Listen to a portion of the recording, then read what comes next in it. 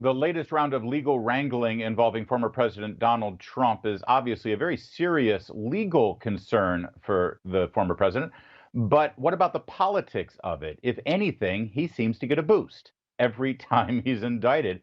And that continued after last week's special counsel indictment regarding the aftermath of the 2020 election. What's that all about? And how is this presidential nomination process going to unfold beginning 2 weeks from now, the very first debate in Milwaukee, Wisconsin? Well, let's go to Wisconsin. Former Governor Scott Walker, who is now the president of Young America's Foundation, you'll be hosting that debate in Milwaukee. So I guess you're all fired up and ready to go.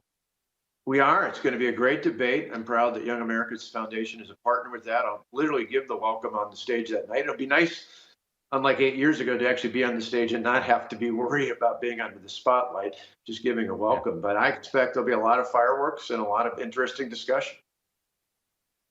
What do you make of the polling I just cited? Once again, I mean, President Trump, he's now extended his lead in New Hampshire. He's got extended his lead nationally. Latest poll going head to head against Joe Biden, he's winning head to head on a national poll.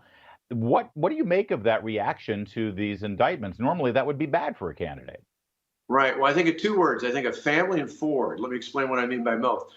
In the primary, when it comes to primary voters, it's family. It's one of those where even if Donald Trump wasn't necessarily your first pick in 2024, I think most Republicans can see, regardless of who their pick is, that this is political rancor. This is out of control.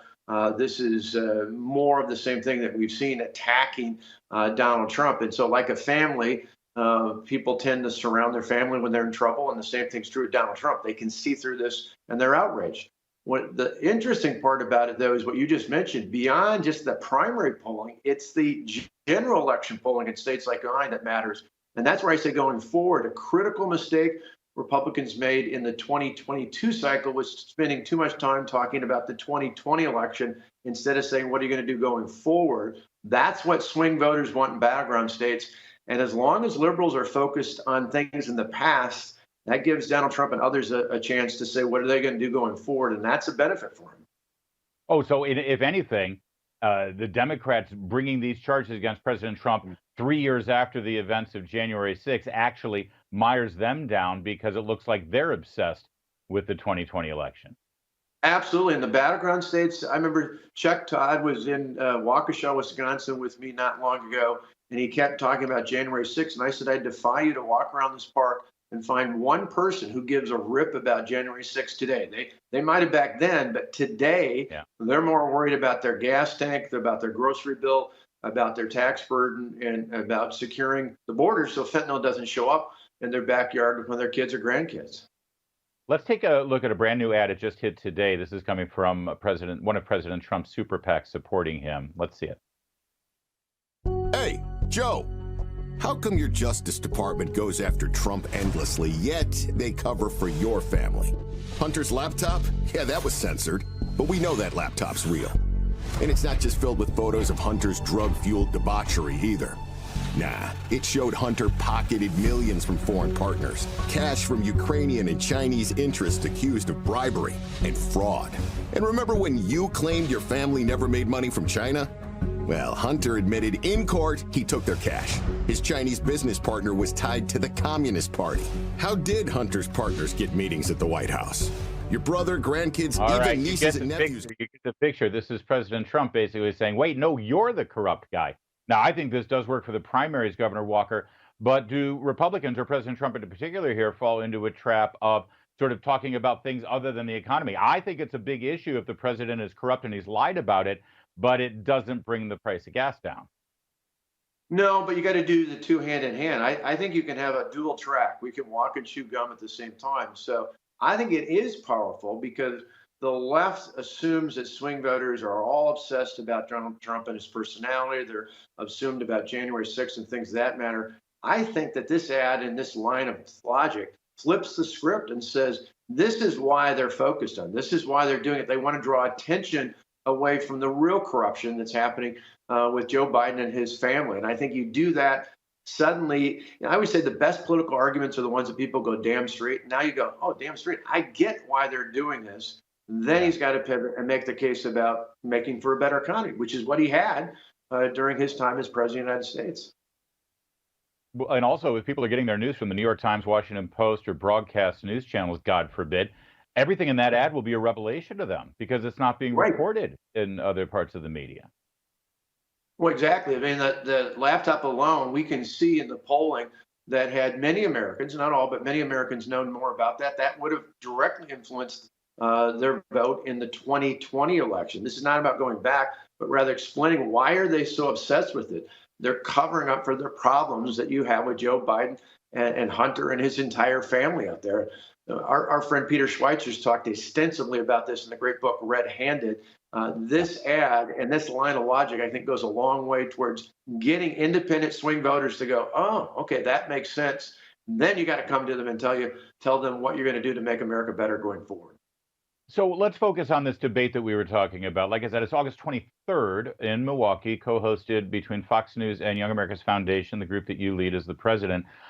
You alluded to the fact that you were on that stage 8 years ago, and you were, well, let's face it, all the candidates had to deal with that giant elephant in the room, Donald Trump, and we know how that election went.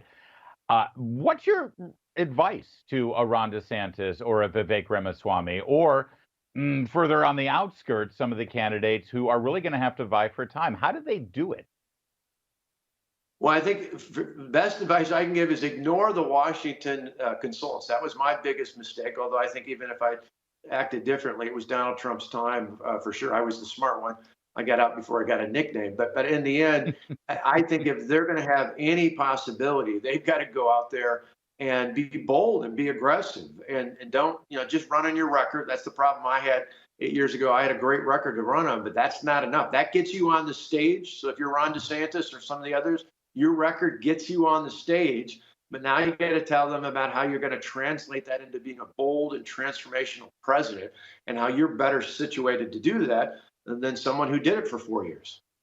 From my position as a broadcaster and somebody who observes and analyzes politics, I want President Trump on that stage.